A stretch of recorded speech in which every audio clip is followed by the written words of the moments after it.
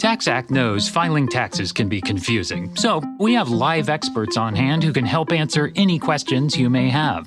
Questions like, can I claim my SUV as my home office if I answer work emails in my car?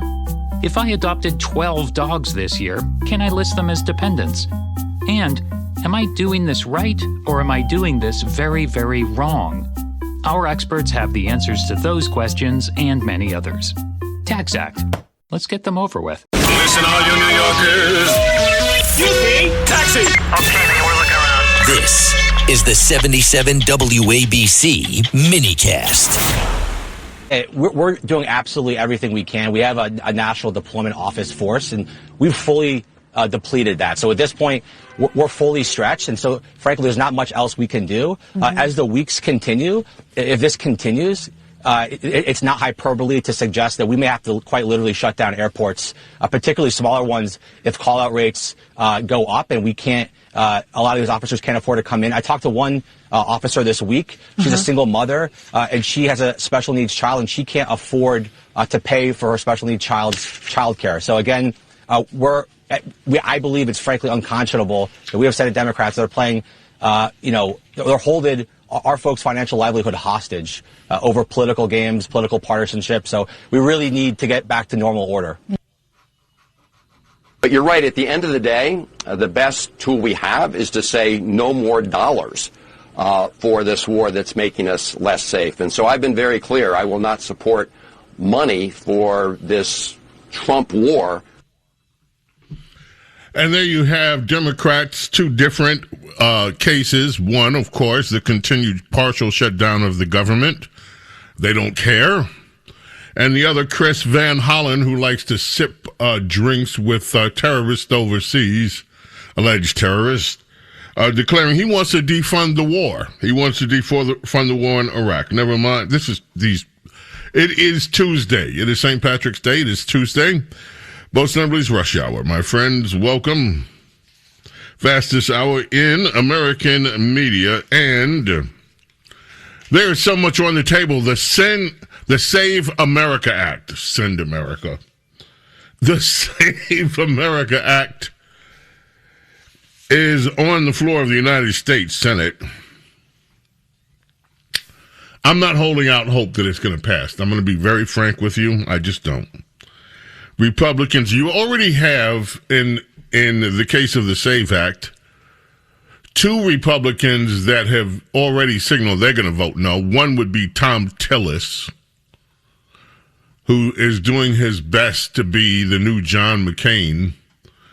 Tom Tillis, North Carolina, in his final term, doing everything he can to make sure that he hurts the Republican Party. The other, Lisa Murkowski, Alaska, who's just unbelievably filled with TDS and wants to do everything.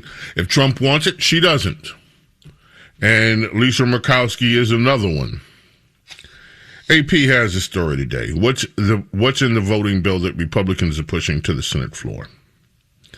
The legislation would require proof of U.S. citizenship for new voters. New voters.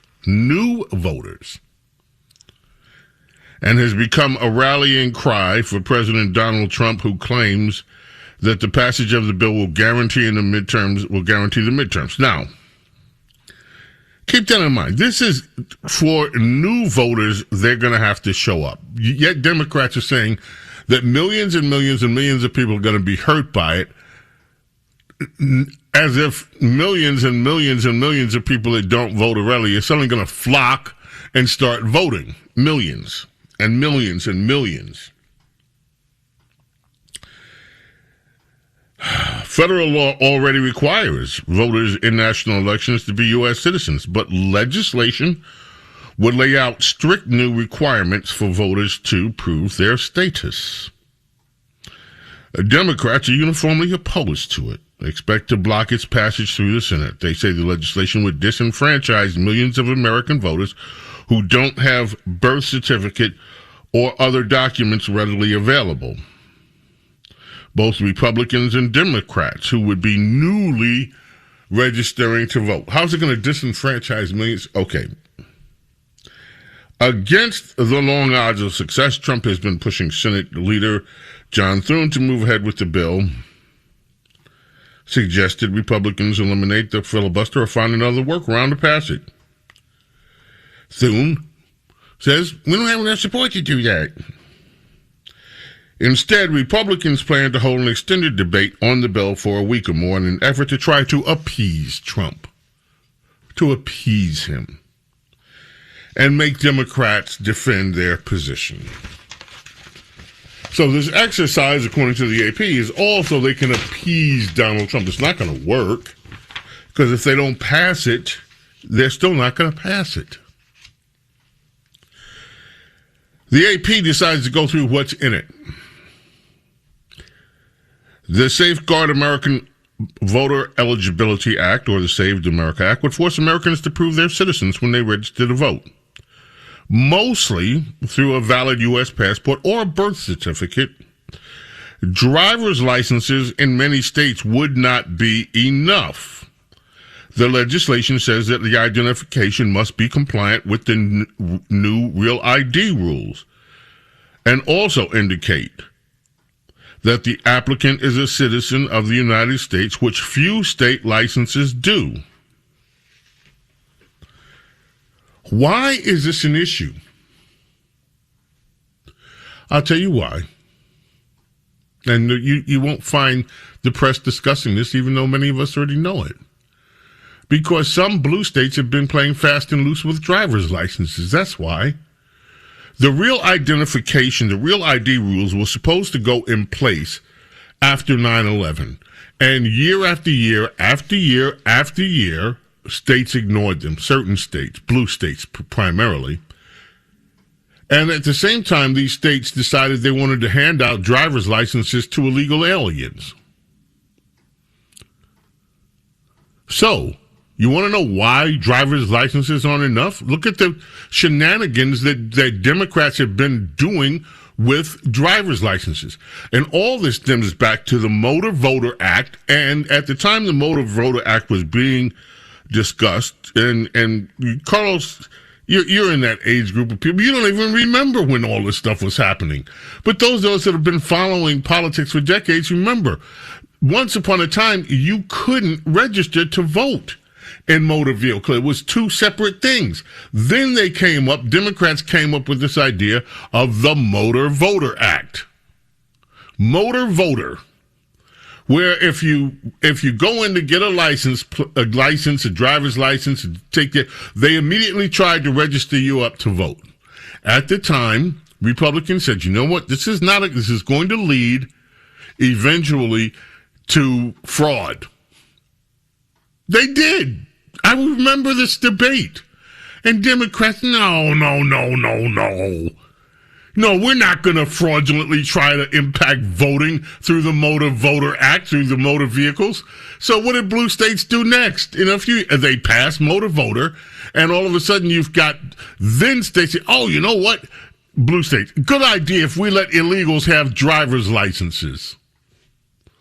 Well, once you have a driver's license, and once you have legal government ID, supposedly, what's to stop you from voting? You've got an ID. Doesn't say whether you're a citizen or not. You've got an ID. It's assumed, hey, you're okay. So then we had 9/11. And then after 9/11, people realized these driver's licenses weren't really the best way to measure whether someone is an American citizen, so now we have new requirements for the Real ID. You have to prove who you are. You have to prove you're an American citizen. And some of these states are complaining now. Real ID, now you need to get on airplanes after decades and decades. But the fight goes on over ID because Democrats have always played fast and loose with it. Illegal immigrants have driver's licenses even though they shouldn't. Well, we're told, but if they don't have them, why, they're going to drive anyway. And it's just it's happier and better for everybody if we give them a driver's license.